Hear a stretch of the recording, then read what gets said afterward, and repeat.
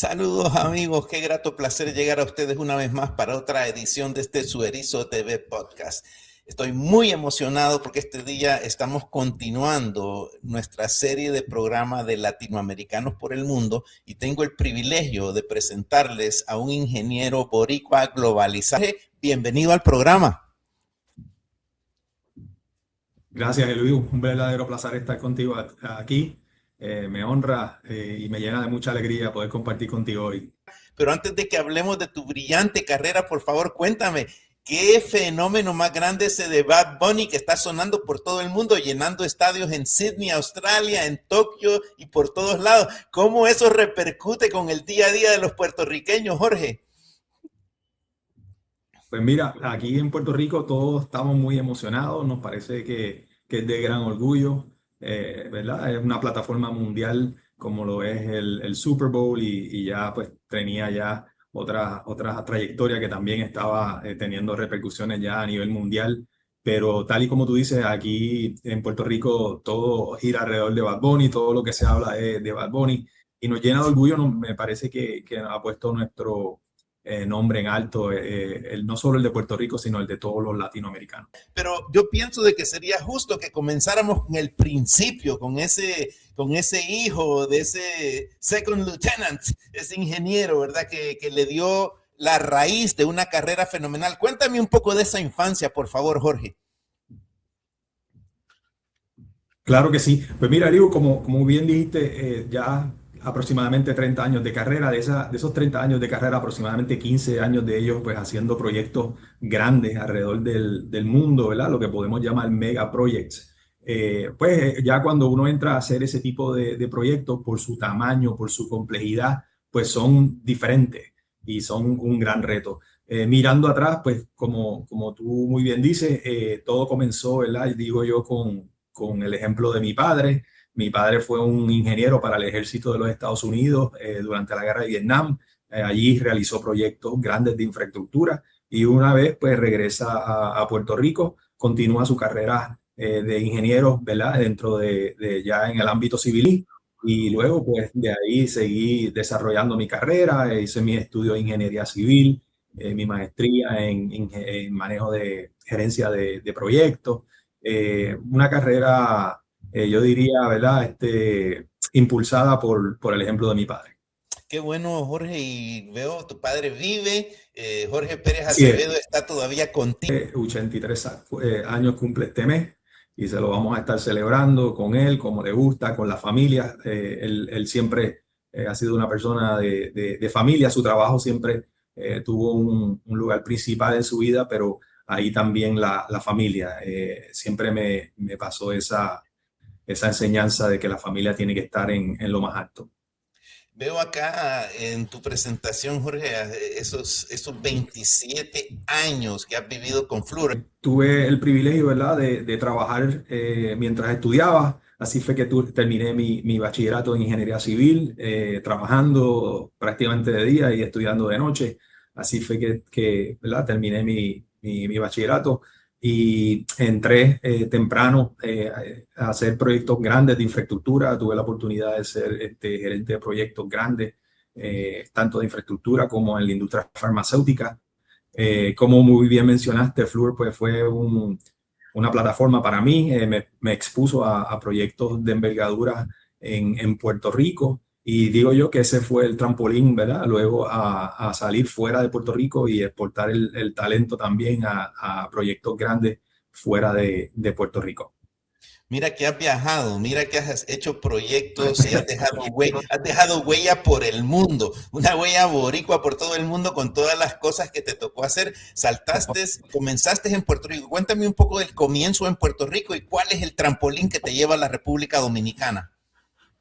Pues mira, en Puerto Rico fue que comenzó mi carrera. Comenzó en proyectos de infraestructura. La compañía con la cual trabajaba, pues licitaba un proyecto grande, ¿verdad? Que fue el tren urbano en Puerto Rico con Fluor, que es una multinacional americana. Y ahí fue que conocí de Fluor. Fluor me conoció a mí y entonces pudimos ¿verdad?, pasar a trabajar con Fluor, que su negocio principal era la industria farmacéutica en Puerto Rico. En Puerto Rico mucha gente no lo sabe, pero hay más de 20 farmacéuticas establecidas en Puerto Rico y constantemente están haciendo proyectos grandes de expansión. Ahí comenzó mi carrera con Fluor, en proyectos para AstraZeneca, en proyectos para Amgen, en proyectos para Lilly. Eran proyectos en aquel entonces grandes, proyectos de expansión farmacéutica que aún al día de hoy operan en Puerto Rico. Y esa fue mi escuela. En algún momento, ¿verdad? Las 936, los incentivos de impuestos para estas compañías farmacéuticas, pues bajaron considerablemente y el negocio pues también sufrió una merma a nivel de Puerto Rico. Y entonces en ese momento pues ya Fluor me ofreció exportarme a otras líneas de negocio que también ellos trabajan, como lo pueden ser minas, como lo es oil and gas, como lo es otro tipo de negocio, proyectos de gobierno para el gobierno federal. Y entonces ahí llegó el momento para salir fuera de Puerto Rico, ¿verdad? Fue un momento, ¿verdad? Que no necesariamente yo lo busqué, llegó, pero me tenía que mantener trabajando, tenía que mantener mi familia y las oportunidades de trabajo estaban fuera de Puerto Rico en ese momento y decidimos dar el salto. Fue una decisión conjunta, ¿verdad? Con mi esposa, con mis hijos, en aquel momento ya estaban pequeños y nos fuimos todos. La decisión era que si íbamos a salir fuera de Puerto Rico, pues íbamos a estar juntos. Nunca fue una opción yo irme solo y dejar a la familia atrás. Y todos estuvimos de acuerdo con esa decisión y así lo hicimos y gracias a Dios, mirando atrás, creo que fue una buena decisión. Esa vida de expatriado que tanto tú como yo hemos vivido, estacionados en algún otro lugar del mundo, haciendo proyectos, quieras o no, le dan a uno como un refuerzo en la identidad de cada persona. ¿Cómo sentiste tú que fue al mudarte con tu familia, con tus hijos y estar establecidos en la República Dominicana? Ese fue tu primer cambio, esa fue tu primera estación como expatriado. ¿Cómo funcionó la dinámica de la familia en esa transición? Pues como tú sabes, porque tú viviste esa vida, pues llegar, establecerse, escuela para los niños, ¿verdad? Asegurarnos que estén bien, que estén seguros, que tienen todo lo que necesitan y a la misma vez, ¿verdad? Poder ejecutar un proyecto de gran tamaño, de gran complejidad. Pues es un reto familiar que hay que afrontar y obviamente pues mi familia estuvo ahí conmigo en todo momento y obviamente pues yo también muy pendiente a ello.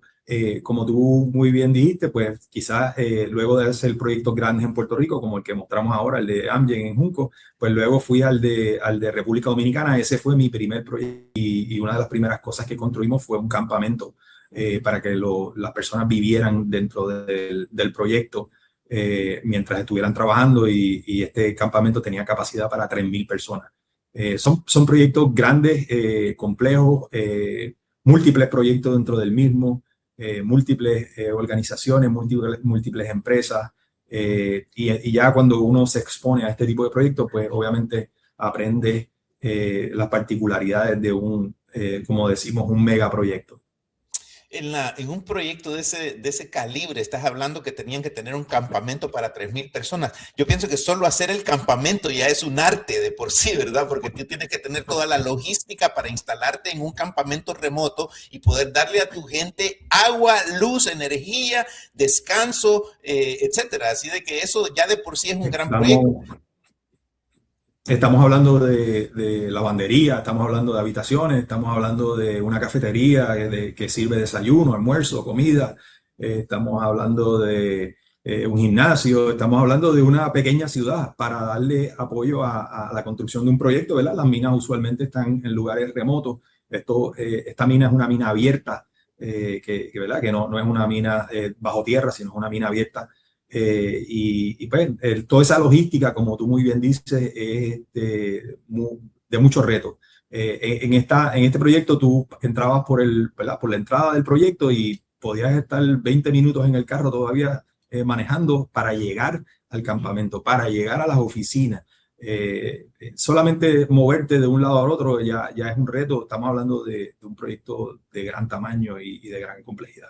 En este proyecto creamos una escuela donde se ofrecía entrenamiento básico en el área de seguridad a todo el personal obrero del proyecto antes de comenzar a trabajar. Y yo tuve la oportunidad de ser instructor en ese programa y enseñamos, ¿verdad?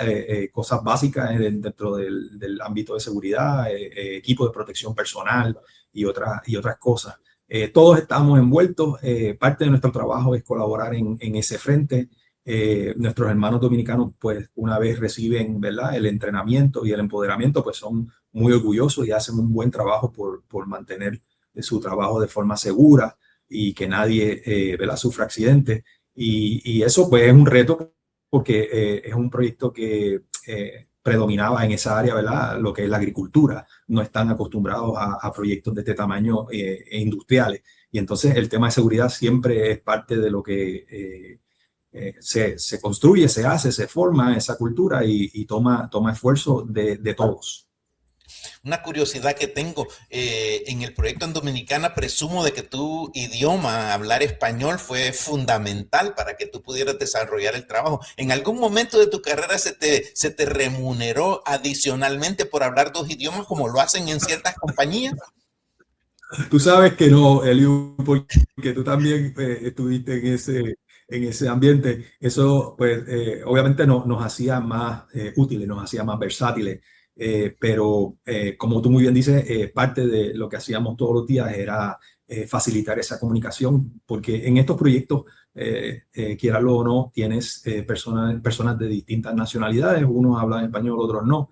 Y entonces nosotros los latinoamericanos pues usualmente hacemos de traductor no pago y facilitamos todas esas conversaciones a todos los niveles. ¿Cuál fue tu recuerdo más grato y grande que te llevaste de la República Dominicana que yo tanto amo?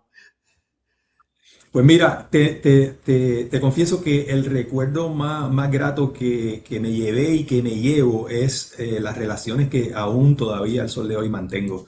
En ese proyecto, pues, había un compromiso con el gobierno dominicano de hacer un esfuerzo para emplear talento local. Y entonces no es llenar el proyecto de expatriados, es traer los expatriados que necesitas, pero compensar también ese personal con otro personal local de la República Dominicana. Como te comenté, pues no predominan este tipo de proyectos todo el tiempo en República Dominicana y entonces te toca, además de ser de traductor, también pues traer talento local y entrenarlo y exponerlo a lo que el proyecto quiere hacer.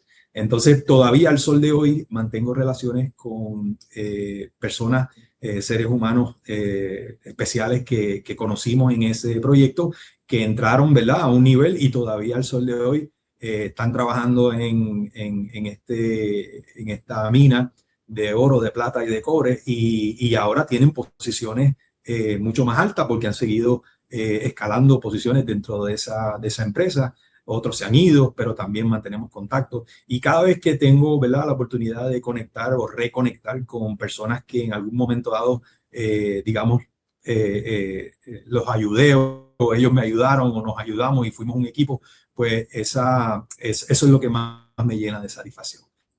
Qué belleza. Poder ¿Sabes de que ver esa huella que puede ser una influencia, ¿verdad? Tuve un efecto positivo en distintas personas. un proyecto de 5.000 millones de dólares es una huella importante que se está dejando en la geografía de un país? Así que mejor que se haga eso bien, ¿verdad? Así de que cuéntame entonces, movámonos un poquito en la geografía porque veo después de que estuviste saltaste de República Dominicana hacia Sudamérica, que eso tiene que haber sido un cambio fabuloso, fantástico. Pasar un tiempo en Perú, ¿a quién no le gustaría? ¿No estás de acuerdo? Así es, así es. Estando en República Dominicana, pues este tipo de proyectos mineros, Fluor los diseña en una oficina en Vancouver, en Canadá.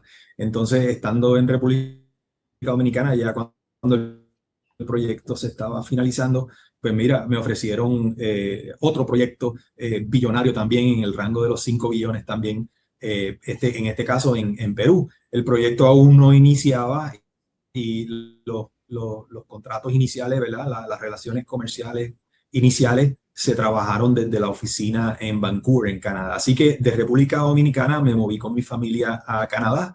Allí estuve trabajando y viviendo en este proyecto hasta que llegó el momento de comenzar la construcción en Arequipa, en Perú. Arequipa es la segunda ciudad más grande después de Lima, en Perú. Y pues, como tú muy bien dices, tuve la oportunidad de vivir en Perú con mi familia mientras se construía este proyecto. Y pues fue una experiencia excelente también, una experiencia que nos permitió crecer a todos, la gente, todo, ¿verdad? Una cultura interesantísima. Tuvimos esa experiencia de vivir en Perú, de trabajar en Perú y fue una grata experiencia. La mayoría de las personas con las que he interactuado, que han trabajado en Perú, me dicen, y yo lo apoyo, de que la gastronomía peruana es quizás una de las mejores del mundo. ¿Tú estarías de acuerdo después de tus viajes por todo el Sí, planeta?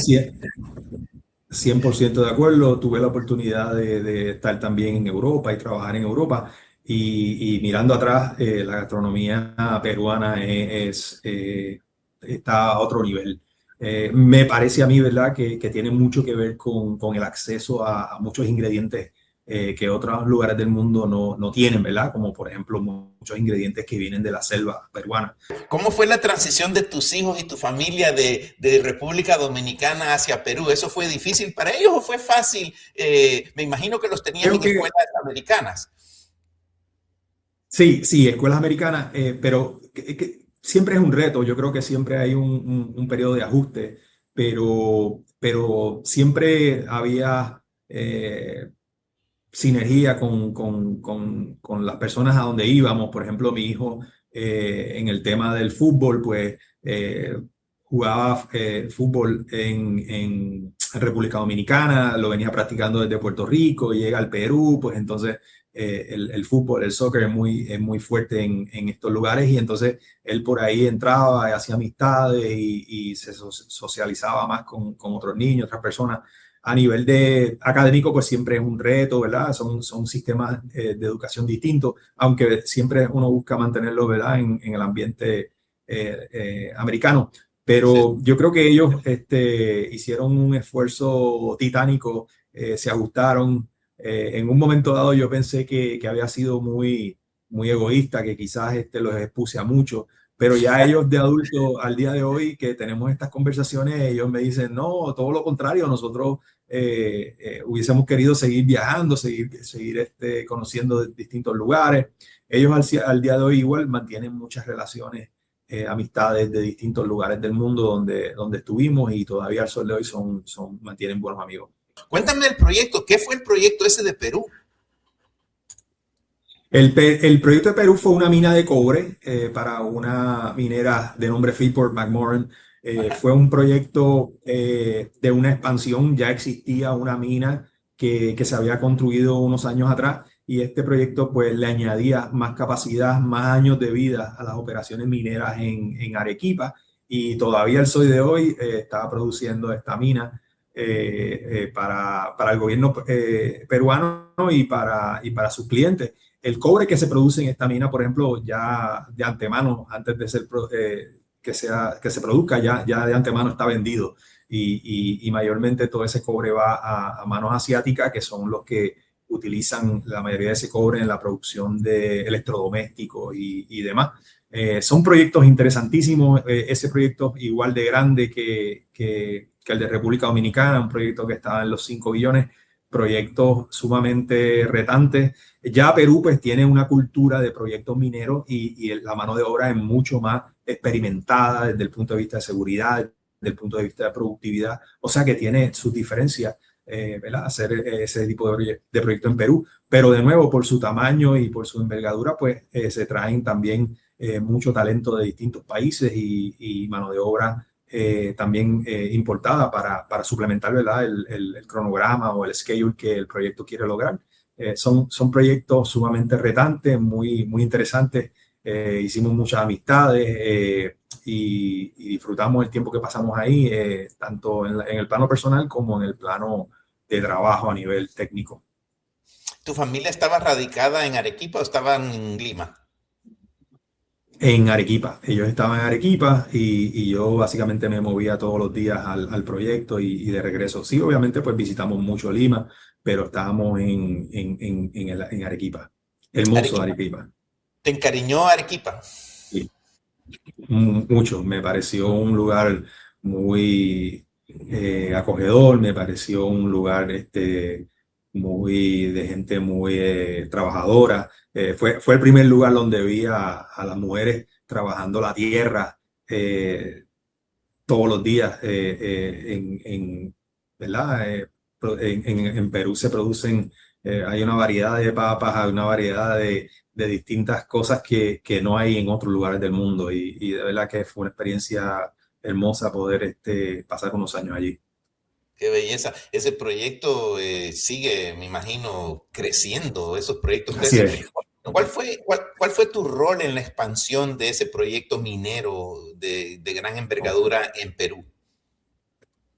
Pues mira, tanto en el proyecto como República Dominicana como en el proyecto del Perú, yo estaba a cargo de todo lo que eran las relaciones comerciales del proyecto, tanto en la parte de compras y tanto en la parte de contratos de servicios de construcción, todo lo que no fuese self-perform, ¿verdad? Por la empresa que íbamos a contratar con empresas, ya sea locales o fuera de los lugares donde estábamos construyendo, pues yo manejaba un equipo que trabaja en la parte contractual y de compras, de establecer esas relaciones comerciales y luego establecidas, pues manejarlas y hasta que se complete el proyecto. Pasémonos ahora hacia tu siguiente paso. Veo que tienes un poco de trabajo con el Departamento de Energía en los Estados Unidos. Cuéntame qué andabas haciendo por ahí y cómo fue el salto desde Perú hacia los Estados Unidos. Pues mira, precisamente ya mis hijos estaban a punto de entrar a, ¿verdad?, lo que conocemos como high school y quería darles ¿verdad?, cierta estabilidad. Se presentó una oportunidad de regresar digamos, al ambiente americano y Fluor tiene una oficina en New Orleans donde maneja para el Departamento de Energía de los Estados Unidos el programa de reserva de petróleo, la reserva de petróleo de los Estados Unidos. Ese petróleo se almacena en cuatro lugares, dos están en Texas y dos están en Luisiana, y todo ese programa se maneja desde una oficina en New Orleans, en Luisiana. Estos cuatro sites iban a tener unas mejoras, una expansión y unas mejoras que se iban a estar haciendo en los cuatro sites simultáneamente, precisamente para extender la vida de estos sites, de estos lugares. Estos lugares, ¿verdad? Por el tema de seguridad no podemos entrar en mucho detalle, pero son lugares que prácticamente son base, ¿verdad? Con todos los elementos de seguridad que conlleva almacenar esa reserva allí. Y entonces, pues, a cada cierto tiempo pues, la tecnología sigue avanzando y demás, y la infraestructura existente se deteriora y hay que hacerle mejora. Pues este proyecto que vine a trabajar se llamaba Live Extension 2. Había habido otro proyecto anterior hace muchos años de mejorar las facilidades y entonces ocurría esta nueva fase que era hacerle mejora a los cuatro sites. De nuevo, un programa complejo porque es un proyecto aproximadamente en Total Install Cost o TIC, aproximadamente en 4 billones. Era un proyecto donde había que trabajar 4 proyectos a la vez, 4 sites a la vez, y entonces manejar todo ese programa a la misma vez y maximizar, digamos, descuentos de volumen, maximizar sinergia, y entonces me tocó ese reto, trabajar para el gobierno federal, ¿verdad? El Departamento de Energía, pues ya de por sí conlleva unos ajustes. Todo el sistema del andamiaje de un proyecto dentro de ese ambiente es diferente y en especial lo que tiene que ver con compra. Se rige bajo unas reglas diferentes. Y entonces, pues me tocó ese nuevo reto en mi carrera digamos, aprender, de modificar ciertas cosas a cumplir con las expectativas de las reglas del gobierno federal. Y también, pues, estando viviendo en New Orleans. New Orleans es una ciudad que tiene muchas cosas que se parecen a nosotros los latinoamericanos, porque en New Orleans estuvieron los españoles, estuvieron los franceses, y entonces hay una fusión, hay unas influencias allí en New Orleans que el resultado es una cultura muy alegre, muy interesante. Tienen muchas fiestas, tienen muchos festivales, tienen muchas cosas que muchas cosas se parecen a nosotros los latinoamericanos. Entonces fue un tiempo muy bueno en ese aspecto, ¿verdad? Desde el punto de vista del reto del proyecto, pero también en el plano personal, pues ya mis hijos estaban en high school, digamos. Mis dos hijos se graduaron de una escuela muy buena en New Orleans, y tuvieron la oportunidad de estudiar allí, ¿verdad? Sus últimos años de high school, de graduarse de una escuela allí en high school en New Orleans, y fue una gran experiencia. Los hijos ambos son absolutamente bilingües como tú, me imagino. Así es, así es. Ellos, yo creo que son digo yo, una versión mejorada. Sí, ¿verdad? Es lo que uno siempre espera, es lo que uno siempre espera.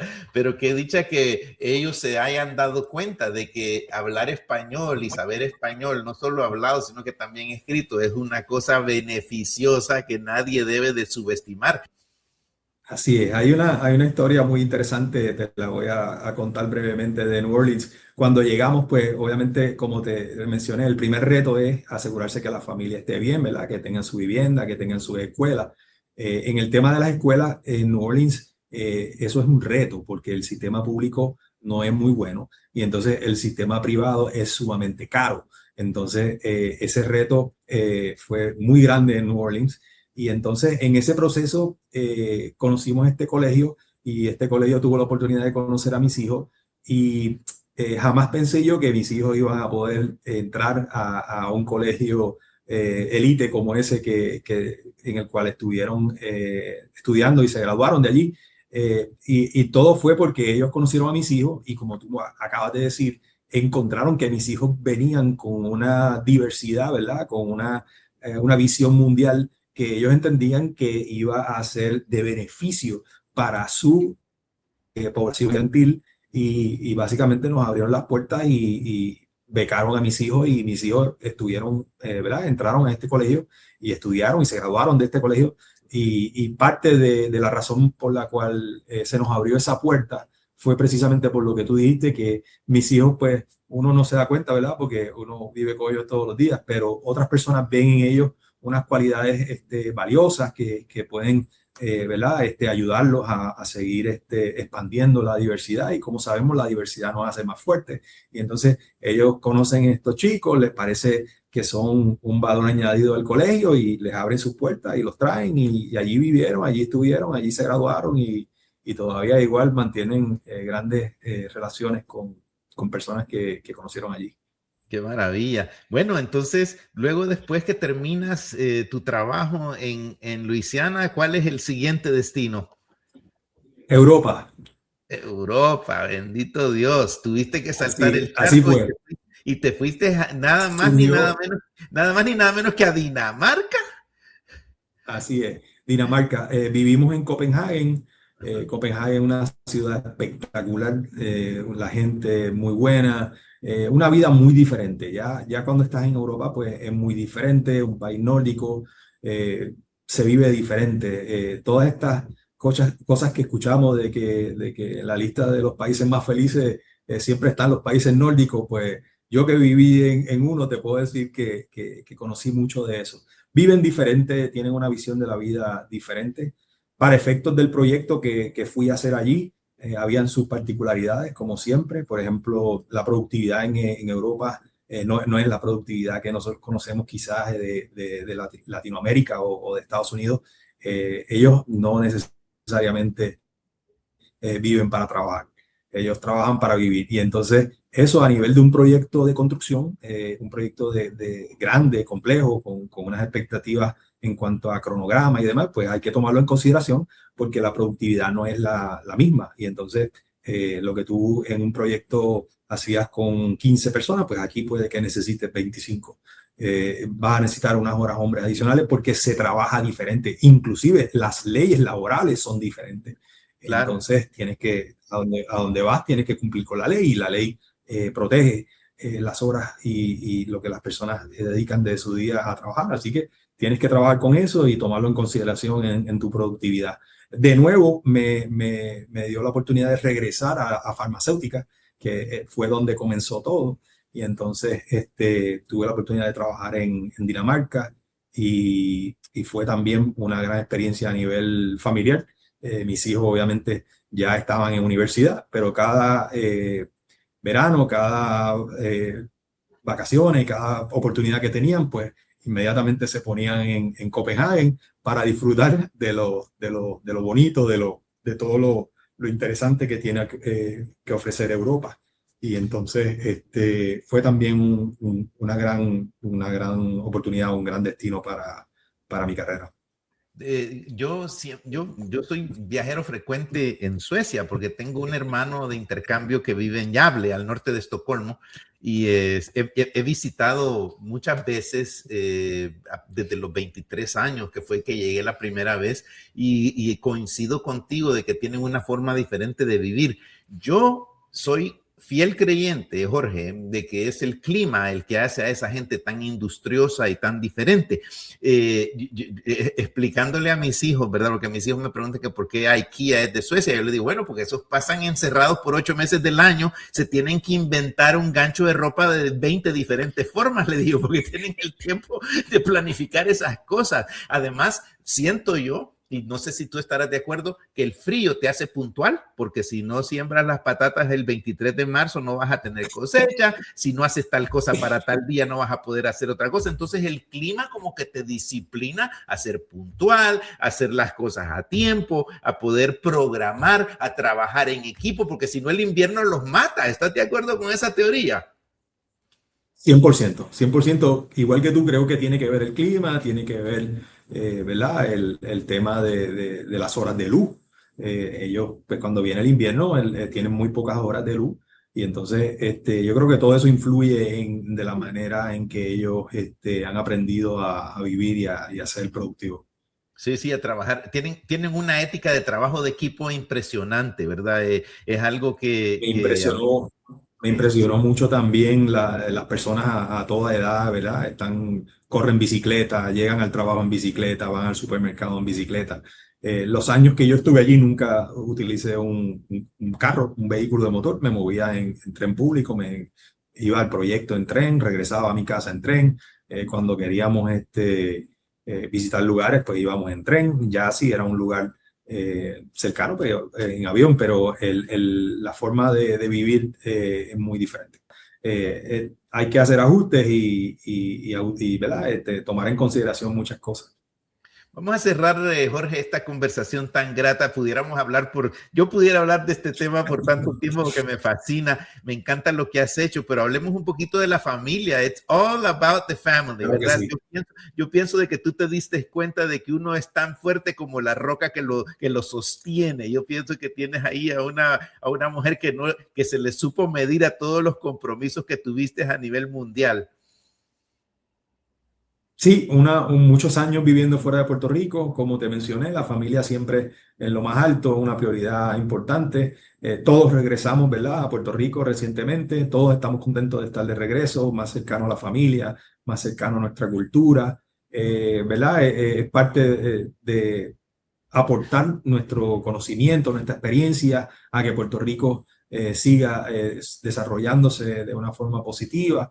De esa forma lo vemos todos. Mirando, ¿verdad?, a mi lado, ¿verdad?, toda mi familia fue muy, muy valiente. Toda mi familia estuvo ahí para mí. Yo hice también el mejor esfuerzo para estar ahí para ellos. Eso es lo que nos une. Yo creo que tuvimos oportunidad de compartir como familia.